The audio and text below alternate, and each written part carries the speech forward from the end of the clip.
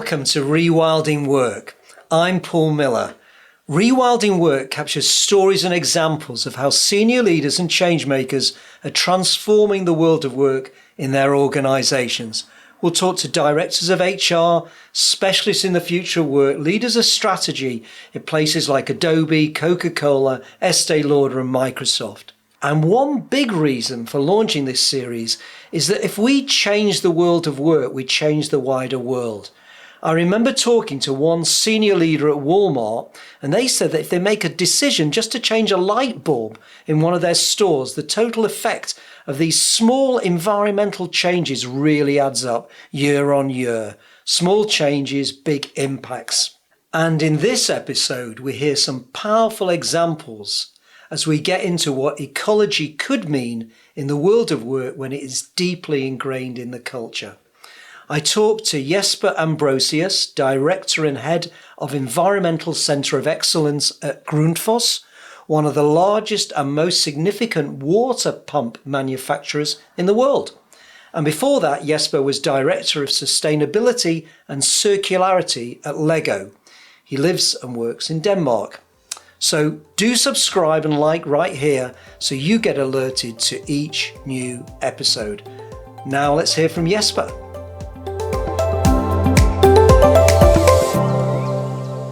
So Jesper, great to have you here. I love company origin stories. So let's go back to 1945, and in Denmark, Paul Dewar Jensen couldn't find a pump of sufficient quality to irrigate a local farm. So, as you do, he developed one himself in his basement. And after just 5 years, he was exporting water pumps internationally. And now Grundfos is the largest water pump manufacturer on the planet. And it believes, quoting from the website, that every drop of water contains infinite possibilities. I love that expression. And that water has the power to change the world. Now, was this mission to use water as what I would call a social and ecological change agent there from the start in 1945? And if not, when did that take off, if you like, inside Grundfos? Yeah, thanks so much, Paul, for having me. Yeah, it's an interesting story, of course, with Paul Dewar Jensen and the whole foundation of Grundfos. He said back then, Paul, that the world is full of problems that can be solved in a better way. And I think that engineering mindset was propelled him back then, and what is still propelling the company, so to say. What we're trying to do, basically, and as our purpose, it was the purpose back then, and it is still the purpose, is to pioneer solutions to the world's water and climate challenges and improve the quality of life for people. Though that might not have been what he thought about when he wanted to create that pump, that's effectively what he did. And that's basically been the mission ever since. So you can argue that the climate challenge has a higher priority now than it maybe did back then, but the general mission is the same. So maybe what we're trying to do now is a lot of the same things, but maybe prioritizing it differently. But yeah, it's basically the same as it was back then. So it's highly motivating to work for, of course, when you have a company that is so rooted in a mission like that. So did he recruit people with a similar kind of outlook and philosophy? Because obviously you could create a water pump company and create a great business, etc. But it strikes me that the DNA of your organization has got this commitment, this belief that water can provide beneficial change on our planet. And I'm just trying to understand, because this is, the Second World War's just finishing. It's an entirely different era. The whole issue of ecology, which is now front and center of everybody's life and every organization, wasn't. And has that remained, did he attract people who were like him? And what does that feel like? Yeah, no, I think that is true. I mean, again, a difference from back then to today, of course, is that it's a much bigger company with a much wider goal, so to say, given the sheer size of Grundfos and being the world's biggest pump manufacturer. and basically believing there's a possibility in every drop, which is our brand manifesto. And I'll maybe come back to that, Paul.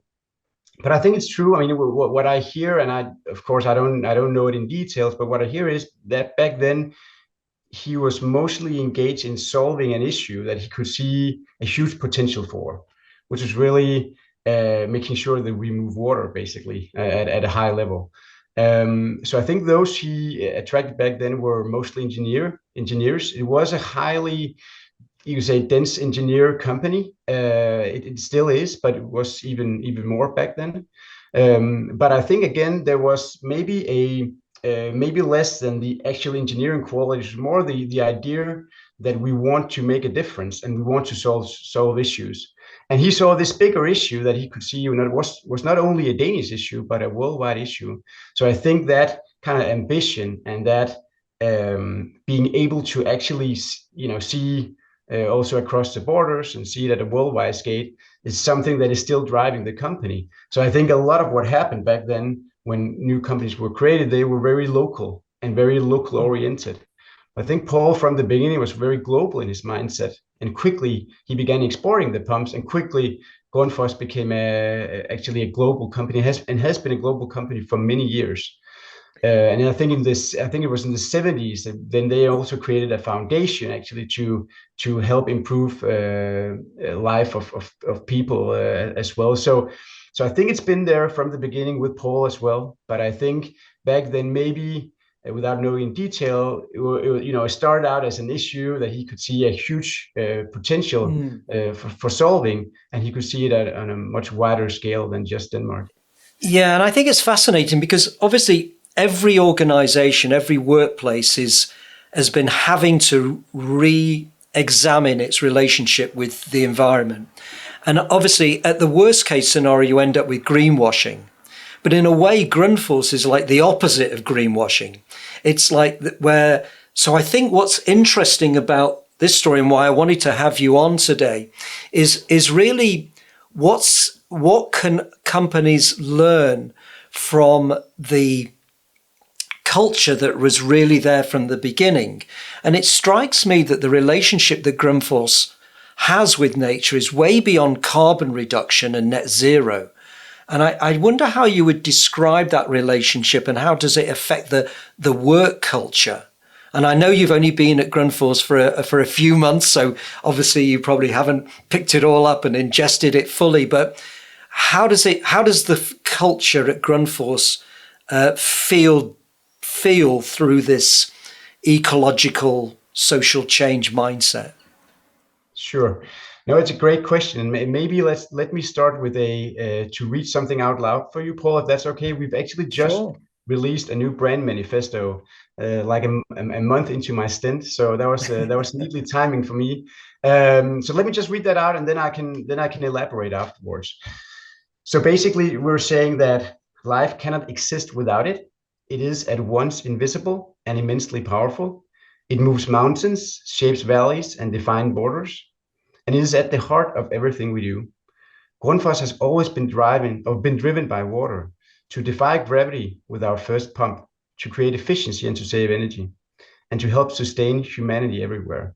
So every day we go to work with an optimistic can-do spirit, on a mission to protect, respect, and advance it, driven by the power it contains and the future it can shape. Grundfos, possibility in every drop. So that was basically what came out a couple of months ago. And I think it describes it well, Paul, because, this idea of possibility in every drop, it speaks to more than pumps, of course. It's also about how we treat water. It's, meaning how we clean it, basically. It's about how we distribute water, especially in poor areas. And I think that shows, I think like any other company, we need to prioritize among these topics because they're so huge and wide scale. But we do prioritize them highly. And I think one way I've seen it already is actually that, so now I work with environmental sustainability, which is of course one area of sustainability. There are many different areas of sustainability. We can come back to that. But the environment piece, of course, is hugely important. But what I'm seeing is actually so many people reaching out to me in Grundfos with all kinds of initiatives, ideas, projects, everything happening like so not in silos, but basically because people are so passionate about this, they want real change. So they're doing all, I mean, spending the free time out in small projects and then showcasing it to me and trying to make me see the potential as well, and maybe help them advance that project or initiative or whatever it is. So I think Yeah. that's super clear to me, at least. That's so rooted in the organization, in the culture, that we're here to solve issues, and we're here to impact the climate in a positive way. So I'd love to hear one of those examples. Which things somebody's come to you with and you went, wow. Yeah, no, actually, so just last week, someone had looked at an opportunity where, because we take pumps back also. So let's say we sell 100 pumps or whatever to a customer, then some of these pumps might not be right or might not actually fit or whatever, they might be wrong. So we can take these pumps back. What sometimes happens is that we don't reuse these pumps in an effective way. And very specifically, this guy had come up with an idea that we can actually reuse some motors from some pumps that we might not sell anymore, but the motors are actually generic, so you could reuse them for other models. We're not doing that for different reasons, everything from financial reasons to logistic reasons. But he was actually estimating that we could reuse 3,500 motors in other pumps without extra cost, instead of us actually having to use virgin material and create new motors. There's just such a great example of where we can actually do good from an environmental perspective, but we would also save money. That's just one example. So this guy coming out of nowhere and Yeah. then showcasing that to me. So I think that's amazing. He done it himself. So Absolutely. And one of the reasons and why I love this story of Grundfos, as I've started to understand it and talking to you today, is that I'm convinced, and one of the reasons for launching Rewilding Work is that work has capacity to change the world for the better. So many people are in work, and so many organizations can make really profound impacts on the way we live collectively. And what I love about companies, organizations is they get stuff done. They don't just come up with an idea. They go, okay, we can create a circular economy around this. We can make that change. So I know you use an index to measure sustainability, and I know that's obviously a big issue for a lot of people, and it links back to planetary health. Do tell me a little bit about your index. Yeah, sure. So that's an index that we've created that relates to, so it's a sustainability index, and it mainly has three overall topics. So one would be the workplace and the well-being of those who work in Grundfos. The other is environmental, and the last one is then water. So it's sustainability within those three topics, you could say. Obviously, the environmental piece is the biggest one, and of course also super important for us as a company and for what we do.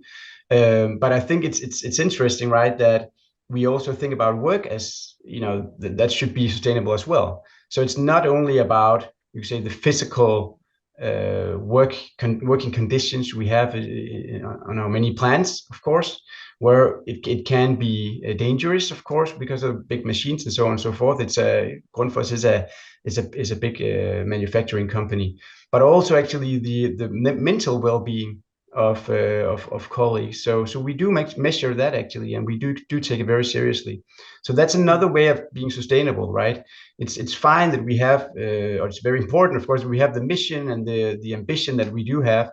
But if people do not feel good about the work, or are stressed, or whatever it is, then that's not sustainable either. So we're trying to measure sustainability, you say, in the broadest possible way. So that's and I think that's this index. Of course, it's a proxy for it, but I think it actually measures that reasonably well. And one of the things I know that Grundfos is doing, and I've heard this from Microsoft as well, is that the further you can get into your supply chain to your suppliers, to your customers, and change their practices, the more you can scale and leverage the change. How have you, as a company, been doing that? Because obviously it's a very complicated area, but when you start to think about Microsoft or Grundfos as a connected network, all the networks start to connect. So I'm really interested to hear how's that going, and what progress you've made. Yeah, that's completely true, Paul. That is where you can say the biggest impact is, and we can also see that when we do our estimates of that, of course, what we call scope 3. So basically activities outside of our direct influence, so to say, both upstream and downstream. I think there are a couple of different answers to this. One is that first and foremost, I think it's important also for strategic reasons and for being a role model that companies that do have great scope 3 targets, that they actually do their own piece well before, so to say, we begin lecturing other companies how to do it. So it's very important for us to have our scope 1 and 2 in place and be a front runner there. Then it's easier for us to actually also go out and educate our vendors. And you're right, we have extremely many vendors, and many companies have that. I mean, we have thousands. And what we're actually trying to do there, very specifically, is that we're trying to group some of these vendors in different groups, depending on how mature they are on their sustainability journey, environmental sustainability journey. And also, of course, how important they are to us, what is our relation with them, how frequent do we interact, and so on and so forth. When we then have that, when we have those groups, then it's easier for us to actually go out and connect with them and establish the right kind of you could say connect in terms of helping them lowering their impact as well, their energy and CO2 targets. So we're trying to help them, but in different ways depending on how these groups come about. So that's one way we do it. So I think that has huge promise because there are so many vendors, and you can't have a one size fits all approach. I believe, but it's also, as you say, it's also it's such a huge area that so you need to do it in a structured way. But I also think we need to say that as well as we need to have these scale effects. I also think it's important that we actually do showcase impact, that we do show it can be done. And it doesn't have to be big projects, it can be small pilot projects. It's one of the things that my team does really well. It's actually creating small projects where we can show, see, we can actually do this. We can actually take this back and we can reuse it, or we can remanufacture it, or we could whatever we do with it. So that is important as well. Show impact and then scale as part of it. But also we can't forget that also the small piece of actually showcasing that it works is an important driver of change. Absolutely, that's great. And I mean, I know you had a role in this area at Lego in your previous company. And I know you've got quite young children, and are they very disappointed that you don't work for Lego anymore and now you've joined a water pump company? Not quite so exciting to the kids. No, exactly. I mean, luckily we still have our attic full of Lego, so I've not run out dry just yet. But it is true. There's of course a difference there. I mean, Lego is a much bigger consumer brand, so there's of course that difference there, but there are also many other differences. So and just on that, and this is the last question I just wanted to ask you: what's the kind of main cultural difference between Lego and Grundfos? Obviously, as you say, completely different companies, but each company feels different. I know that. Yeah, no, but there are actually, you're right, there are differences, but let me just start with maybe one similarity, Paul, and that is that it's both Lego and Grundfos is family-owned companies, and they're both partly owned by a foundation as well. So there are quite a lot of, in terms of how I believe that privately owned companies tend to focus more on the long term. Less on the next quarter because we don't really have to worry about stakeholders. So I think that's a key key similarity there that is important to, and one of the reasons why I find both interesting, or both companies very interesting. But of course, you could say Lego has a very different purpose than Grundfos. So their purpose is really learning through play. That's what they promote. I find that extremely valuable as well in our world today. But of course, where Grundfos is more rooted in environmental sustainability, Lego is rooted in this learning through play way of thinking. So two different purposes, very, very important both. But you could argue that environmental sustainability is more of an add-on to Lego's purpose than really what is rooted in the company. So that's one difference. And I think as someone working within environmental sustainability, it's quite nice that Grundfos has that as a kind of like built in the purpose from the 40s when Paul Due Jensen established the company. Then I think another difference is that Grundfos is very engineer driven. I think the company is on a learning journey also to figure out how much do we design for perfection, and how much do we kind of learn along the way, and how much do we build and change and build and change. And I think maybe that's more rooted into the Lego design thinking. I think Grundfos is also working on that and getting there, but both companies has a lot of experimentation going on, which is interesting. But they do it in a bit of a different ways.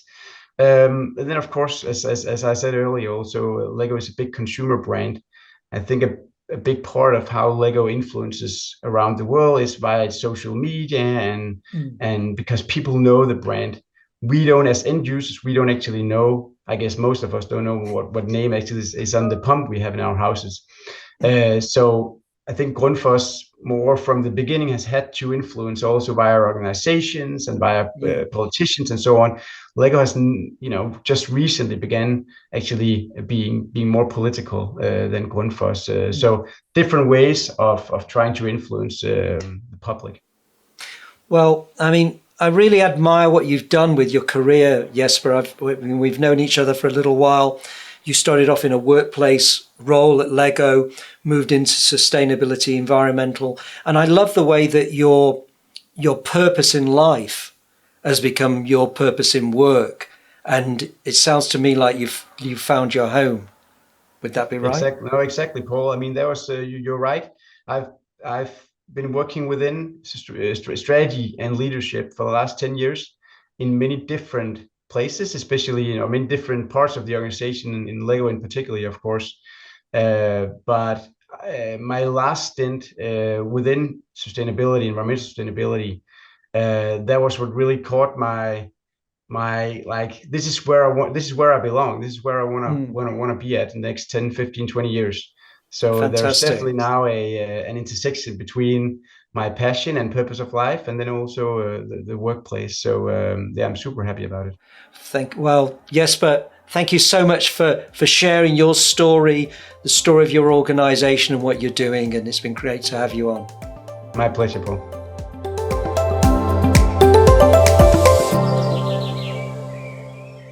I'm now delighted to be joined in the studio by Alessia Falseroni. Alessia is the Executive Director and responsible for sustainability and circular economy at the University of Chicago and author of bestseller The Impact Challenge.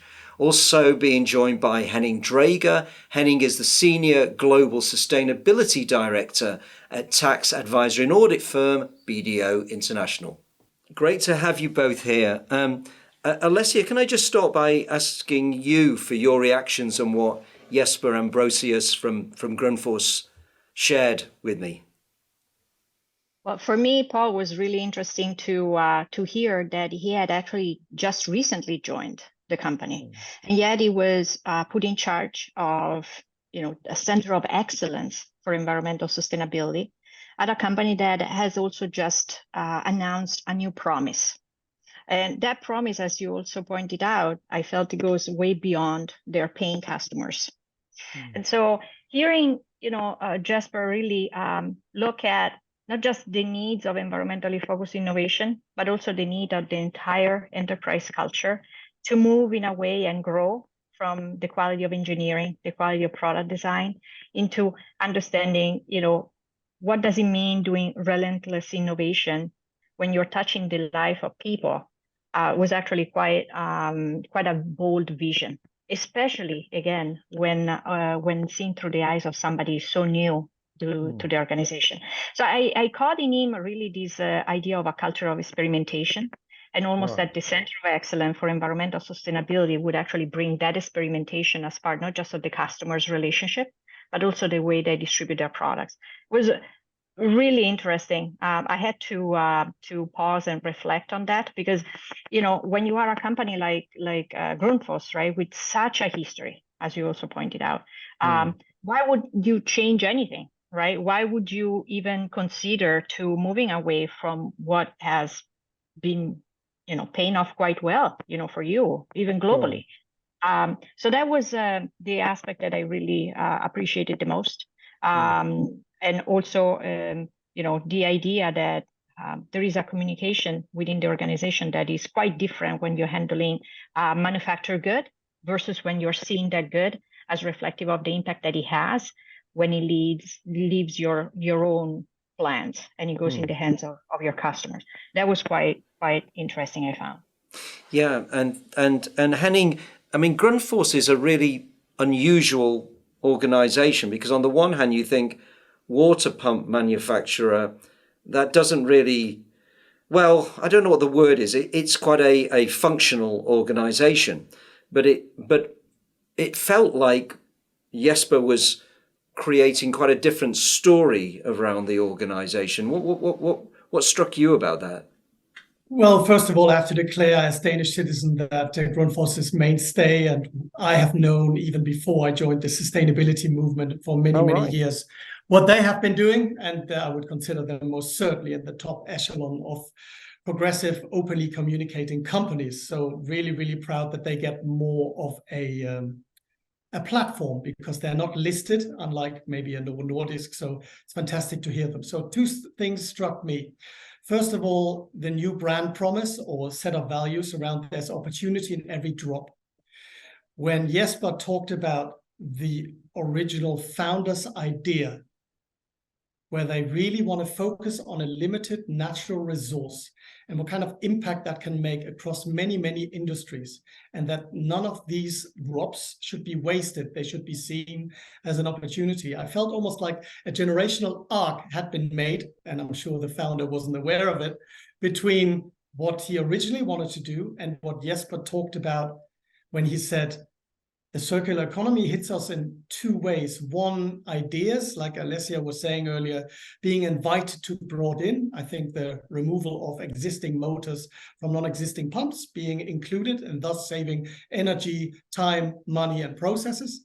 And two, the entire innovation arc that has also been, if it's driven by engineers, and yet they allow Jesper and other people, like their chief sustainability officer, who was also interviewed earlier this year on another podcast, was saying that this signal, this ripple effect across the organization goes inwards and out, and the innovation ability to create new pumps should always go hand in hand with their ability to innovate in terms of sustainability of the product, the retake program, to put existing resources into it.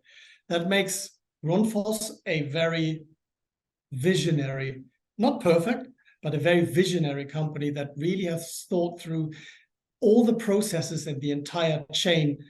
And they probably also know that sustainability, it's a never-ending journey, but they're willing to systematize it and walk those steps, and that should be applauded. Yeah, and Alessia, I mean, I suppose what I'm trying to work out is Grundfos a outlier exception. They have a founder who creates the company just after the Second World War, and for some reason had the vision that sustainability, ecology was in its DNA. And I'm thinking about the organizations who don't have that. How do they learn from Grundfos and their story? How do you deal with it when it isn't in your DNA? This is a really important aspect.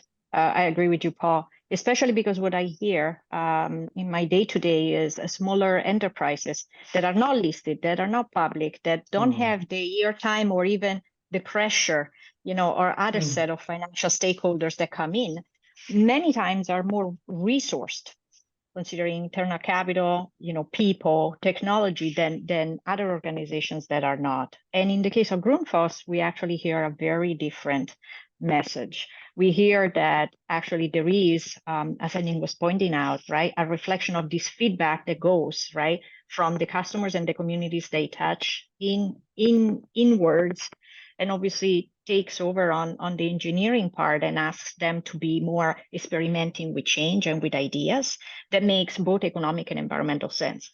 So when I think about, as you were pointing out, an ecology sort of feature as DNA, now it's almost water for them has become a design feature. Right? What can you do with water? And it's interesting because I've always been thinking, okay, but what differentiates the companies that actually don't have all this external pressure? What differentiates them in their ability to actually do a lot more with less, right? And I actually really believe that is that diversity of thoughts that comes cross-functionally, in particular, as we are also seeing that there's no such thing as circular economy without diversity, without inclusion, without actually hearing the communities that you serve. And as I was saying before, this idea that I heard from Jesper of, the promise and the end line of their manifesto really going through beyond their customers. Now, maybe again, I'm biased. I sit in New York, and so think about all the background, right, associated with what ecology is, with what environment. There is a continuous. I go day after day with sort of re-education, right, even on basic terminology, and then you have companies that actually don't go beyond saying that they will deliver value, but to their customers, customer focused, customer centric. And here's a company that instead decide to say, we have a mission with an ambition. We go way beyond. Customers will be served as we have always done for over a century. But we will do it thinking about what water is and what water can bring to them. And so all of a sudden, when Jesper was pointing at, this feedback, I was thinking, wow, what about so many things now we know, even you can do with water pumps, like heat pumps, for example, in the US and in very other parts of developed economies where you have, a lot of buildings that would need upgrades.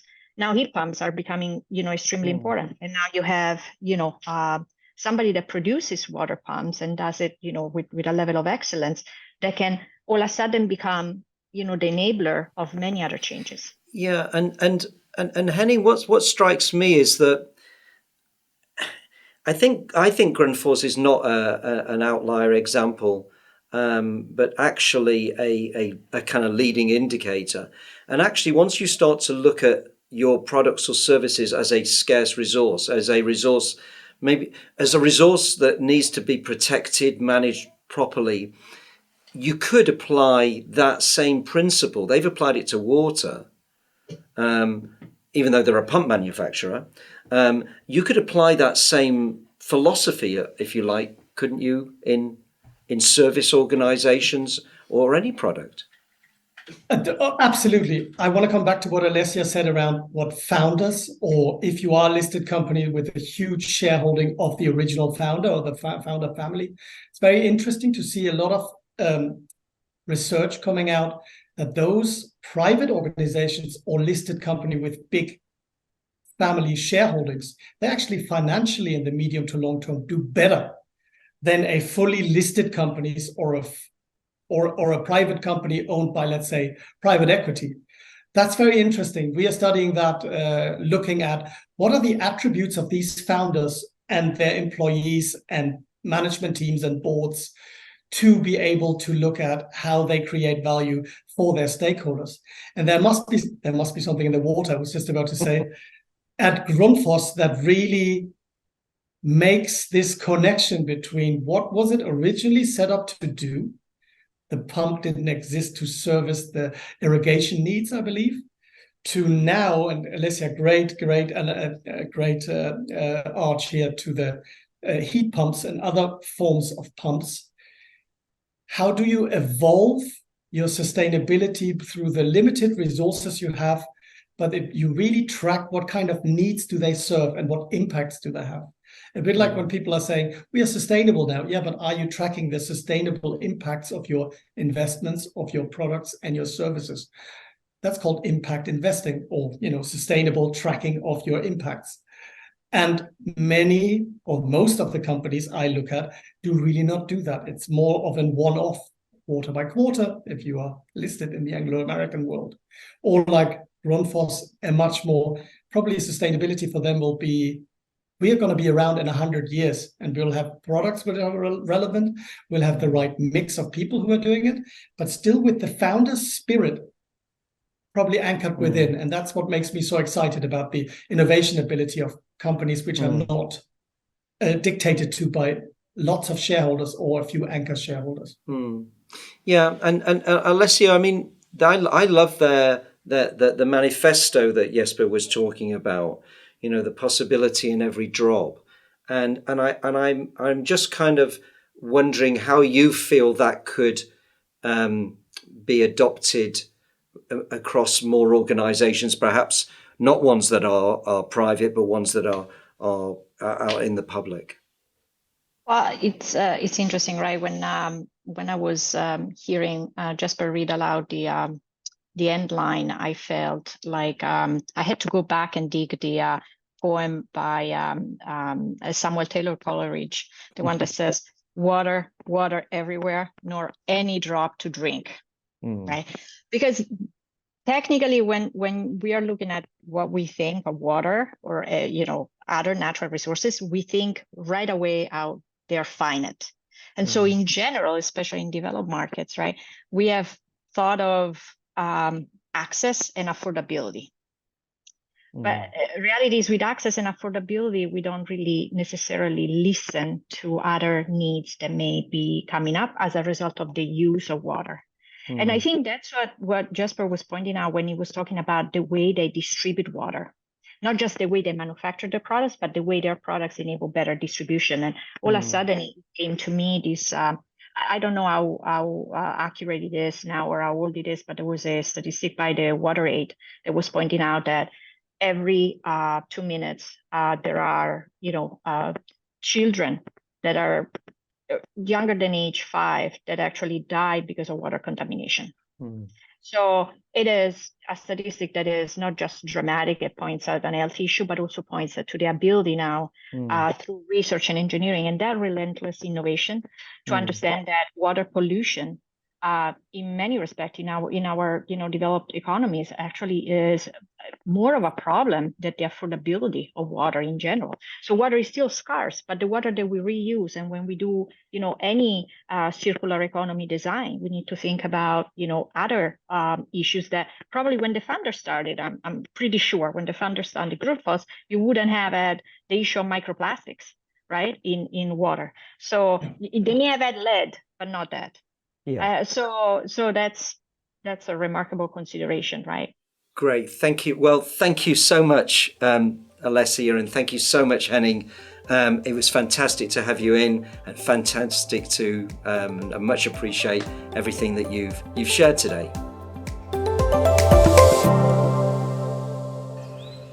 So here are my 3 seeds to plant based on what we heard today from Jesper and from our expert pundits, Alessia and Henning. Number 1, anything is possible. No matter your company or product or service, you can make sustainability an inspiring mission and an uplifting opportunity in your organization. It really doesn't matter what you do as an organization, because you can find an environmental and sustainable purpose there. Second seed to plant is that your organization and your people crave environmental change and transformation in their work. So use that energy to your advantage. And the third seed to plant is remember the network effects. What you do not only changes and affects your own organization, but it feeds into supply chains and customer chains, amplifying everybody's efforts. So please subscribe and like what we're doing here so that you can get alerted to each new episode as soon as it's released. It's been great to be here, and see you next time.